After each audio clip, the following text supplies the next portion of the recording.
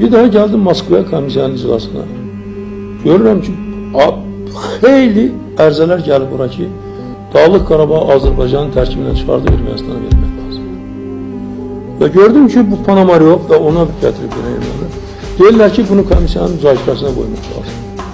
Elə bu faktın özü ki, bunu komissiyanın müzakirəsinə buraxasan, başa düşürsən, bu özü nə deməkdir? Ben ne kadar bu etiraz ededim, gördüm yok. Hələ komissiyanın iclasından bir gün qabaq. Yenə də getdim rəhmətli Brejnevin yanına. Getdim ona dedim, bu nədir, belə şey ola bilməz.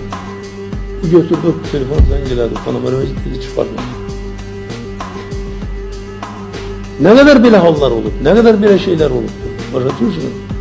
Bunlar deyirəm, mən bu Dağlıq Qarabağın vəziyyətini 50-ci ildən özüm görürüm. Ama o vaxta kadar 23-cü ildən 50-ci ilə qədər tarixi də mən yaxşı bilirəm. Və 14 ildə burada rəhbərlik edib, 5 ildə Moskvada olduğum zaman bunların hamısını bilirəm.